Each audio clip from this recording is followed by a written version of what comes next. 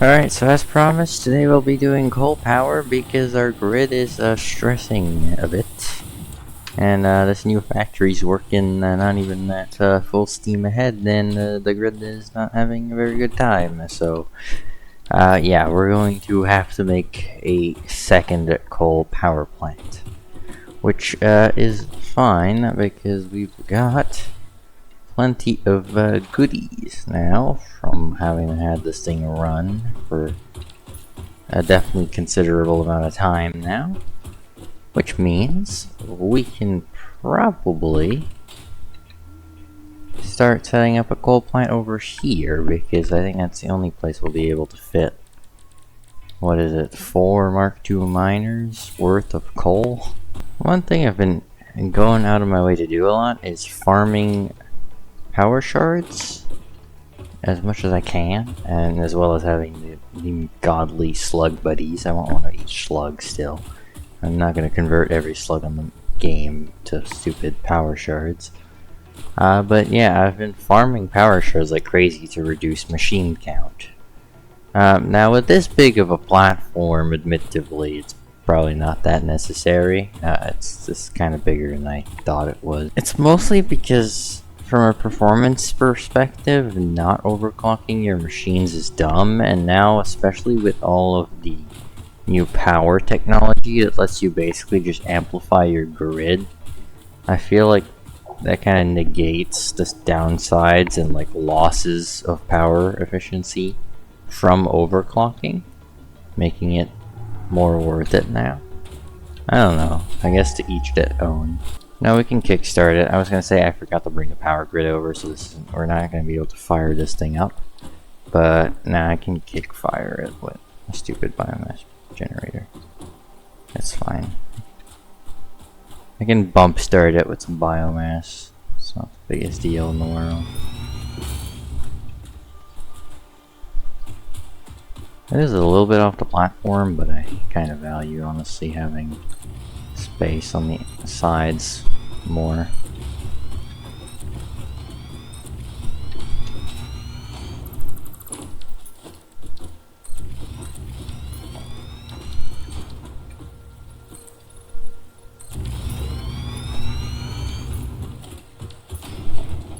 I find it funny how you can actually place down power poles just in the middle of the water with just zero consequence.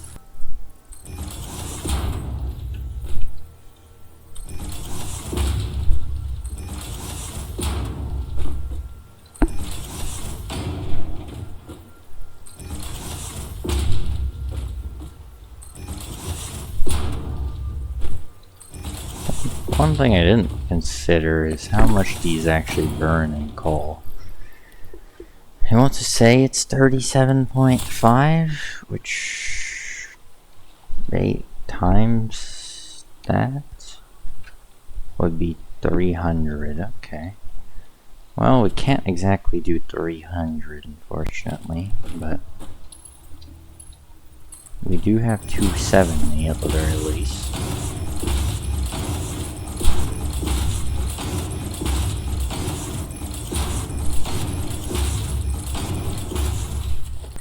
I'm sure someone's gonna get angry at the fact that these are gonna be crisscrossing together, but I don't care. Cry about it.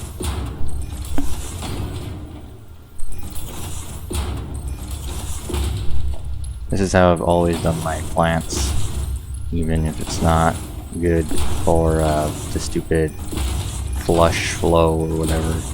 Stupid slosh that makes you lose a flake flow, but I don't care.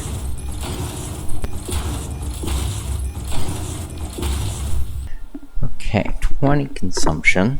We need a miner, so we need to get at least one of them fired up.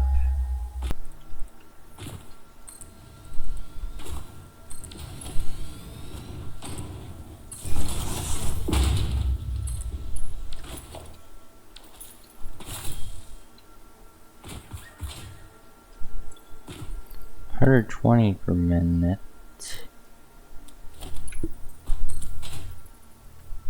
So if that's 100, that's going to turn into 300. So these are going to be basically perfect in theory if the coal generators do use 37.5 like I remember them using.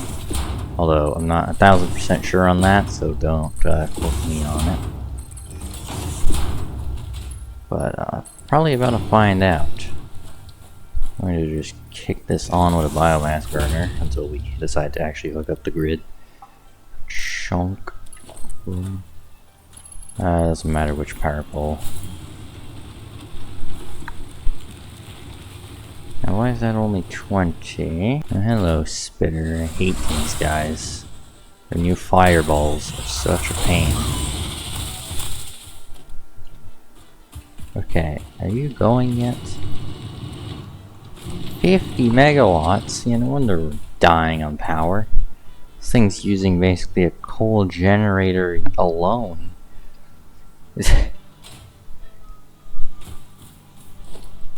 What nodes are these? They're probably normal. Yeah, these are normal coal nodes. Are they all normal? Yeah, so we've got ourselves 1200 coal worth of stuff here, at least for Mark II miners. I don't know, yeah, they do use 37.5.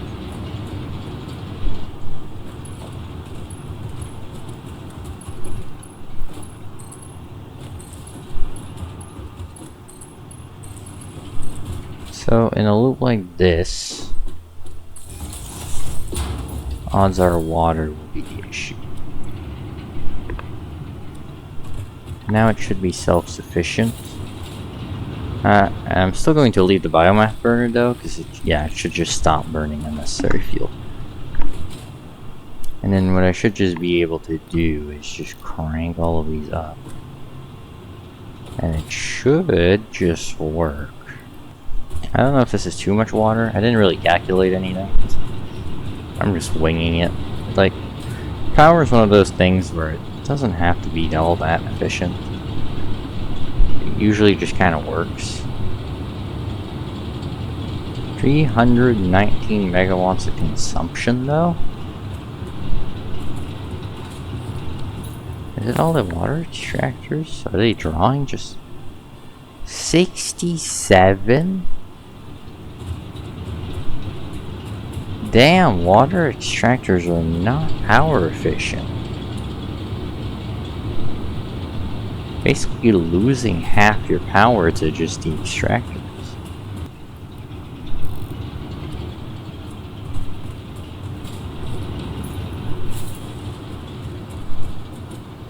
In theory, this should work for the most part. Might need a bit of time to stabilize though, unfortunately. Now, it depends how much we want to set up. Do we want to set up 2? Do we want to set up... Truth is, I don't really want to set up more than 2. And I'm not even sure if we have the materials to set up more than 2. Like, we don't. I know we just don't, actually. Like, not that I don't know, it's that we don't. I don't have the stuff for the generators at all. I only brought the stuff for 8 generators to start off, but, I guess in the meantime, I'm gonna bring the power lines a good bit of the way, not all the way. Also, this is painful looking. I'm guessing it's coal. Yeah, it's just burning too quick. It'll backlog here. It's probably because it's often this is just a consequence of manifold designs. Turned off 2 of the extractors, so now it won't get enough water and coal will have a bit of time to build up. In that meantime, I am going to now bring the power line most of the way back. I'm not going to connect it yet, because I'd like to know if it's stabilizing any. We're actually done with the 1000 smart plating now. So I could remove this constructor, but not constructor, assembler. But I'm actually going to leave it, since this is probably one of my last saves, if not the last save. Like I said before, I want to automate project parts, because I've never actually permanently automated project parts before. Even if it's a waste and it slows down your gameplay progression drastically. And so here's the old coal plant. Might have changed a bit since I showed it off last, because I obviously upgraded it a smidge. Other than that, nothing much has changed. Nothing's really changed on the old coal plant other than upgrading the belts a bit. Also, I've learned something, which is that it's gonna take a lot for me not to rush oil and the rifle. Because, holy mother of God, did they buff combat. Or nerf it, whatever you want to say. They buffed every enemy and then nerfed every weapon. So, I've already come in contact with multiple radioactive hogs at this stage of the game. And we'll leave it at that for now. You know what? I'm gonna steal my own idea. I kind of showed a simplified version of this in the last video.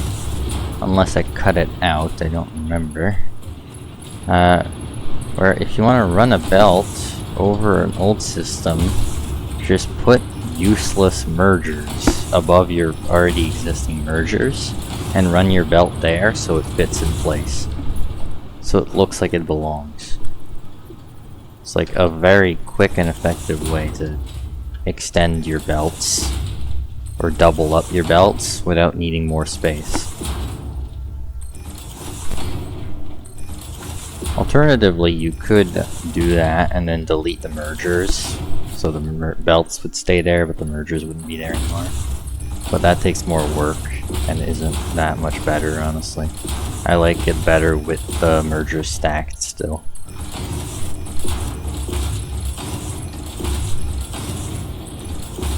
There you go. You can put the pipeline right here. I didn't grab more copper sheets, but honestly it's not even that necessary because there's plenty. Also, having smooth autosaves feels so wrong. Also, I might reduce the crafting volume because this is like annoyingly loud. Especially because I'm building this fast. Okay, and then this is just be a question of figuring out the extractors, which usually isn't that hard. And there you go, there you go, and there you go. Should see quite an aggressive jump here in power. Yeah, 1575. So this thing's gonna be making 1575 per normal coal node, so at full efficiency, that'll be a little over 3,000 plus the already existing like 1,500, so like close to 5,000 power now that we're gonna have, I think. Just with these two rows, and we still have two more nodes, which I don't even think we're gonna need, but I might honestly just convert them. Because I can, and I don't see much other purpose for oil.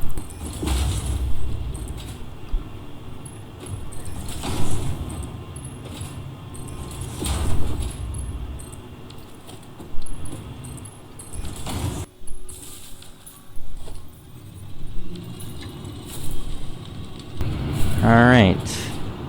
I'm going to let these fill up with coal before firing them up. They're going to have a bit of water here for a little bit, but it's not going to last very long because none of the extractors are running. I'm not sure how I'm going to have to build my fuel plant design. Because the thing with the fuel plant is it's going to be changed in fuel types, right? Like, it's gonna start off on normal fuel, and then I'm gonna have to upgrade it to turbo fuel, and then I'm gonna have to upgrade it to rocket fuel, and then I'm gonna have to upgrade it to ionized fuel. Because there's 4 different fuel levels now, instead of only 2. I'm honestly impressed this thing's still finding water. There you go, they're starting to turn off now. Alright. I'll hook these back up. It should be full. Yeah, okay, all of them are literally full. And you should see the coal start going in. Should start burning up as the water starts going in the tubes. Gonna take a little bit to spin up here. Alright, there we go. They're going now. And the power should jump. Oh yeah, I mean, it sure did jump. Holy cow. It jumped to 3,000 there for a bit. Yeah, it's holding 30-ish. It's holding basically 3K. It's pretty good. And with a belt upgrade, it'll get slightly more consistent. That's not terrible. And I can probably get another 3K or so if I get the other 2 nodes. So I'd say that's not a terrible deal. A little bit of coal power ain't ever hurt nobody. May as well get a thumbnail on here before we run off to probably do a bit more automation, because this is going to be short if this is all that we end up doing. I'm going to be honest here. That seems to be running reliably, chilling around 2,800, 3,000 occasionally. That's not terrible. Guess let's hook this thing up and let it rip. I guess while I'm on my way here, I guess I'll re-explain what's still left to be automated. We still need to automate framework, which means we need at least another set of modular frame automation, as well as, I believe, more reinforced iron plates. And then, on top of that, we still need to do stators, both on their own and for automated wiring. We're going to need to do more cable for automated wiring. And I think that's about it. Motors, stators, framework, the stuff to make framework, which is like modular frames and iron rods, reinforced plates, I don't know. Something around that. I'll figure it out. I have to do the math anyways, so I'll tell you once I have the actual numbers. I do love myself the sweet smell of modular framework. Yeah, the modular framework is done. This will now be the automated wiring. I've been going at it over here now. This has quite a bit more stuff. This here. Okay, that one's this, and some of that over there. It's not fully done yet. Is going to now be for the automated wiring. And after that, we're still going to have to figure out rotors. Well, we have rotors, but we're going to need to make them again, probably. Stators and motors. So, yeah, that's what's left. Motors, stators, rotors, Nobilis and Sam, if we feel like it. And then after that, we're ready to complete phase 2 and move on to oil. Alright, everything we need for phase 2 is officially automated. We got automated wiring. We got versatile framework. And then all the way in the old factory, somewhere over there, we got smart plate. Which means, I'll showcase the automation. It hasn't actually changed that much. I was almost done already. But yeah, it means that now we will be moving on to phase 2 pretty soon. There are still a few more things we have to automate, but I think I'm ready to move on. Mostly because the only thing missing is standalone stators and standalone motors. But yeah, we just have to wait on phase 2 being done, and I think I am quite literally just going to sit here until it is all done. Because I can.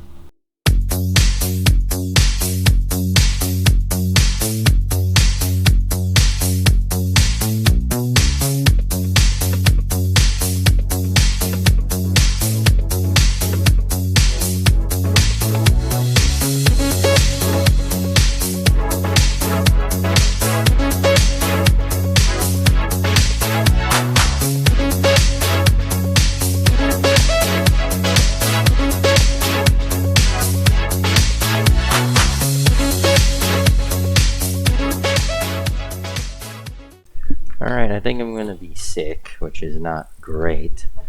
However, phase 2 of Project Assembly is now done. Boom, boom, boom. Put all of these things up in there. Spin, seal that up. Zeta have another Welcome to the Project presentation. Assembly Yes. Pioneer Progress Presentation. It's got another presentation. Congratulations, the Phase 2 project part shipment is now ready for delivery.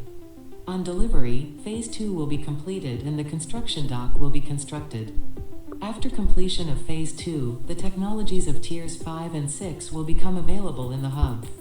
These might feel intimidating after your previous experience, but rest assured that you would not be here if you were entirely incompetent. Highlights are oil production, railway transportation, the jetpack, and many more. Completing Phase 3 of Project Assembly is your next main objective. Just remember to focus on producing and delivering the project parts, and FICSIT's faith in you will be strengthened. Send it up, and now it's going to build itself again. Now, kind of, there you go. Adequate pioneering, complete phase 2 of the space elevator. Goody good. Now, unfortunately, it's cloudy, so we might not be able to see the building sequence. Okay, there you go. I forgot, it absolutely yeets all the clouds out of existence. So yeah, I think we are building a space station. Because you can see little, like, things flying around. So odds are it is a space station.